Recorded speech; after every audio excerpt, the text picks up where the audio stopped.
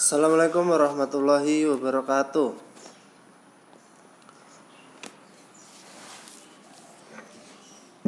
Alhamdulillahirrahmanirrahim. Kita masih bisa bertemu secara tidak langsung ya pada kesempatan kali ini. Untuk pertemuan kali ini kita akan belajar IPS bersama Pristiawan pada saat ini. Kemudian pada saat kalian semester 2 ini, untuk semester pertama kita akan belajar 2 bab untuk pembelajaran IPS. Yang pertama, interaksi keruangan dalam kehidupan di negara-negara ASEAN. Kemudian bab kedua, pengaruh interaksi sosial terhadap perkembangan kehidupan sosial. Nah, untuk pertemuan kali ini kita membahas secara gambaran besarnya bagaimana kita akan mempelajari bab 1.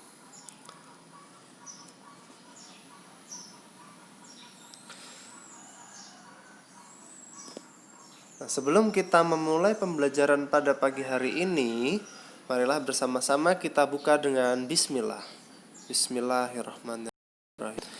Mudah-mudahan dengan melafazkan bismillah di awal pembelajaran, apa yang kita pelajari menjadi suatu berkah, bermanfaat bagi kita ke depannya, kemudian lebih mudah dalam menyerap ilmu, dan menjadi ilmu ini menjadi ya salah satu tabungan kita untuk masa depan. Amin.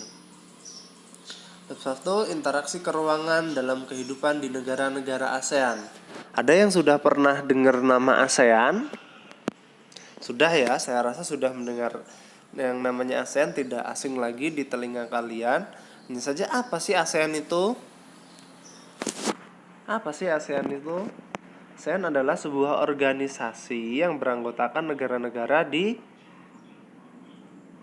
benua Asia bagian Tenggara ya, Asia Tenggara. Jadi negara-negara di Asia Tenggara itu membentuk sebuah organisasi yang disebut dengan ASEAN.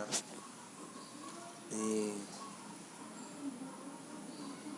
Kalau kalian lihat benderanya, ada berapa itu benderanya? Berarti 1, 2, 3, 4, 5, 6, 7, 8, 9, 10, 11. Ada 11 negara.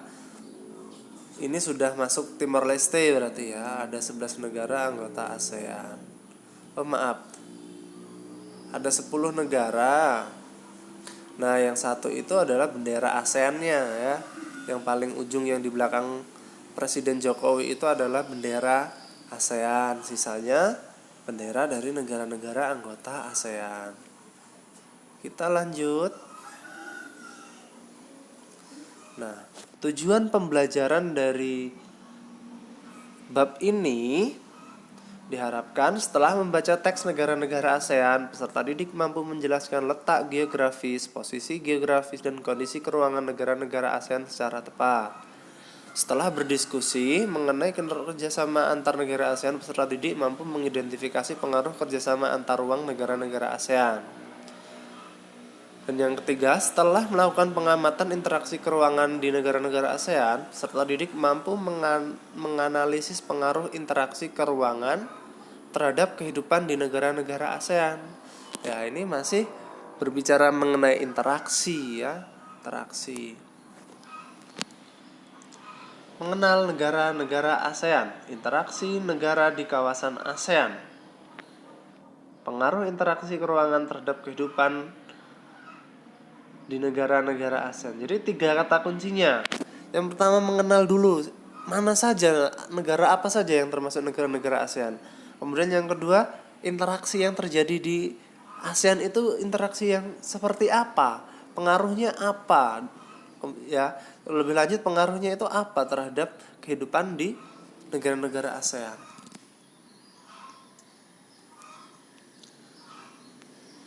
Nah, untuk yang pertama kita mengenal dulu. Ini ada bendera ya, ada benderanya. Nah, kalian ya, ini tugas pertama. Kalian mengidentifikasi bendera yang ada di slide ini itu bendera apa saja. Kalau Indonesia jelas ya, Malaysia mungkin juga paham. Nah, sekarang yang lainnya, 8 yang lain. Yang sebelah kanan itu 4, sebelah kiri itu 4. Coba kalian identifikasi ya. Itu bendera negara apa?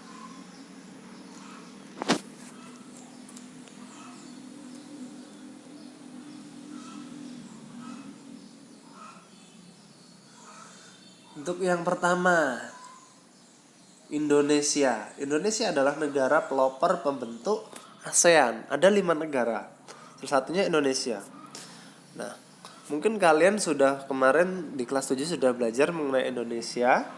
Indonesia memiliki iklim tropis. Sudah kita bahas kenapa kok iklim Indonesia itu tropis di kelas 7 ya. Mudah-mudahan kalian bisa ingat. Kalau nggak ingat, nanti bila buka video pembelajaran kelas 7 juga ada.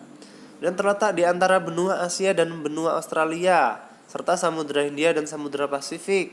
Ya, benar. Secara geografis terletak di antara 2 benua dan 2 samudra.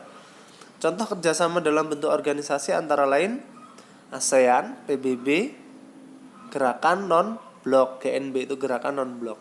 Tahun 2015 jumlah penduduk Indonesia kira-kira 255,7 juta. Tahun 2018 itu 267 juta. Kemudian komoditas ekspornya meliputi gas alam, hasil hutan, tekstil, serta hasil pertanian dan peternakan. Komoditas impor, ekspor dan impor.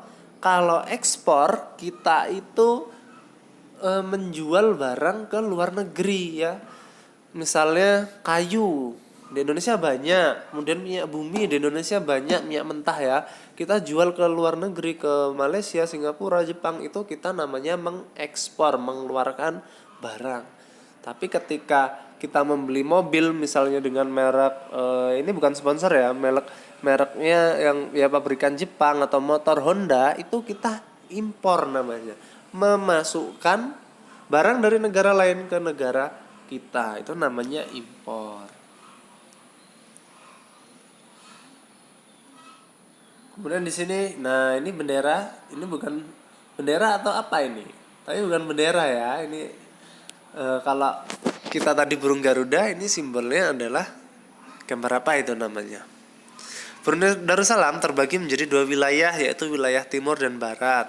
Iklim di benua Darussalam sama seperti Indonesia, iklimnya tropis karena letaknya itu kan dia di Pulau Kalimantan ya, Brunei ya.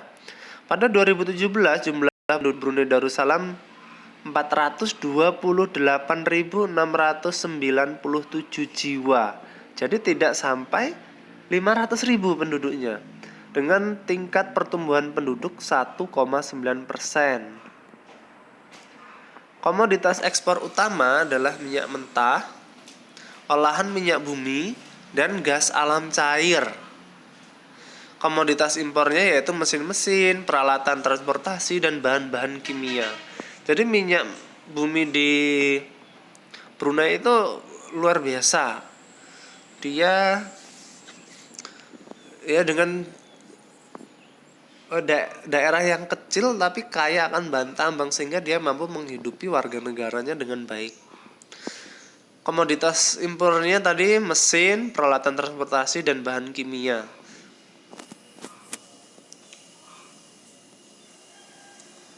Filipina. Nah, Filipina memiliki banyak gunung api. Kalau kalian lihat, kalian ingat Filipina itu letaknya di dekat pulau apa? Coba kalian bayangkan di pulau apa Filipina itu letaknya dekatnya ya. Jadi Filipina itu letaknya berada di sebelah utaranya Pulau Sulawesi ya. Pulau Sulawesi banyak sekali gunung berapinya. Begitu juga dengan Filipina. Karena Filipina ini kalau kalian masih ingat Ring of Fire Pacific ya, cincin api Pasifik, itu Filipina dilewati oleh jalur ini tadi, cincin api Pasifik, jalur pegunungan Pasifik. Filipina dilewati. Filipina memiliki iklim tropis yang dipengaruhi oleh angin monsun. Pada 2017 penduduk Filipina 100 4.918.090 jiwa. Ini padatan penduduknya luar biasa, negaranya kecil ya. Tidak ada, sama Sulawesi saja besaran Sulawesi loh Filipina, tapi penduduknya hampir sepertiganya dengan Indonesia ya.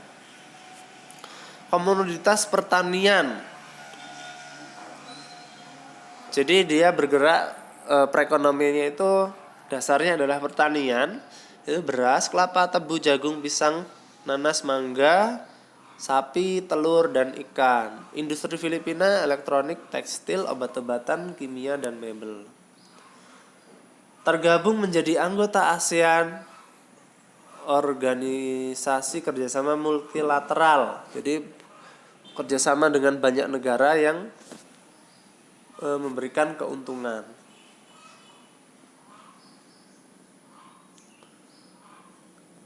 Kamboja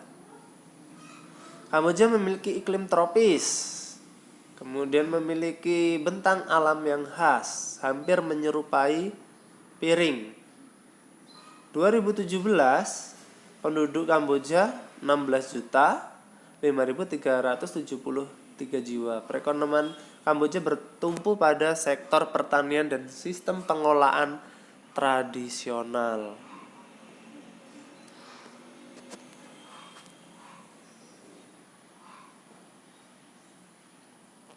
Lanjut, Laos, jahe, kencur. Ya, Laos. Laos ini nama negara, bukan temennya jahe, bukan temennya kunyit ya, bukan. Tapi nama negara yang ada di Asia Tenggara. Negara daratan kawasan ASEAN di bagian semenanjung Indochina. Komoditas ekspornya biji timah, kayu, kapas, kapur ya. Banyak pohon pertanian juga ini bergeraknya ya kalau di Kamboja, karena di iklim tropis ini bahkan ada lagunya kan, bukan lautan tapi kolam susu. Kayu ditancapkan saja bisa hidup. Kemudian nih, Malaysia, wilayah terbagi menjadi dua kawasan, yaitu Malaysia Barat dan Malaysia Timur. Ada yang tergabung dengan Singapura daratannya, ada juga yang tergabung dengan Kalimantan. Jumlah penduduk Malaysia 2018 32,4 juta jiwa. Selain pertanian, penduduk Malaysia bekerja di sektor pertambangan dan perindustrian.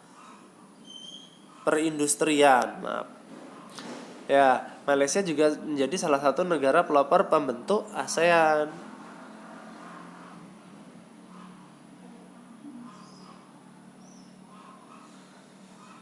Kemudian Myanmar. Pada tahun 2017 penduduk Myanmar kira-kira 53 juta jiwa. Awal negara Myanmar bernama Burma atau Birma. Seburan tanah di delta sungai. Nah, ini yang terkenal ya, delta Sungai Irrawaddy dan Sungai Salwan, sesuai untuk usaha pertanian. Jadi daerah ini, di daerah delta sungai ini sangat subur untuk pertanian, sehingga Myanmar menjadi salah satu negara dengan pemasok beras terbesar di Asia Tenggara selain Thailand dan Vietnam.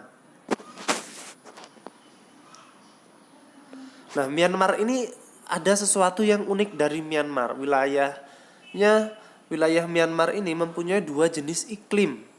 Wilayah utara, karena dia sudah keluar dari 23,5 derajat lintang utara, maka wilayah utara ini dia beriklim subtropis.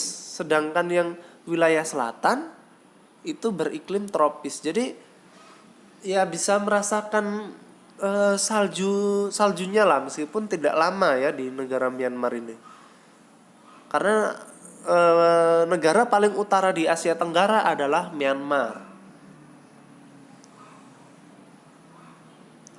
Kemudian Singapura juga menjadi pelopor pembentuk ASEAN. Negara yang memiliki luas daratan tersempit di Asia Tenggara ya. Bukan, yang tersempit itu Brunei. satu-satunya negara maju di ASEAN. Nih, negara maju di ASEAN karena dia bergeraknya di bidang industri. Tidak ada pertanian ya di Singapura ya. Kemudian Thailand, ini juga pelopor berdirinya ASEAN. Thailand merupakan satu-satunya negara ASEAN yang tidak pernah dijajah oleh bangsa lain. Hasil pertanian utamanya adalah padi yang menjadi komoditas ekspor negara ini. Ya, Thailand negara nomor 1 di Asia Tenggara yang mengekspor beras, padahal luas wilayahnya tidak lebih luas daripada Indonesia. Tetapi pertanian di sana jauh lebih maju. Banyak barang pertanian Thailand yang diimpor ke Indonesia, salah satunya kedelai, kemudian beras, dan beberapa macam lagi. Iklimnya sama, dia beriklim tropis, semua daerahnya berada di dalam 23,5 derajat lintang, utara dan selatan. Kemudian Vietnam, negara ASEAN yang berada di paling timur.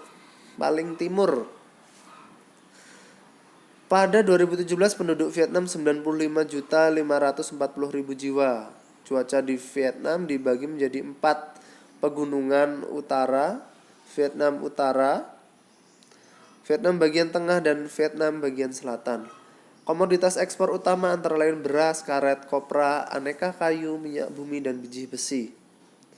Komoditas impor utama antara lain bahan bakar minyak, besi, baja, pupuk, obat-obatan, dan bahan kimia.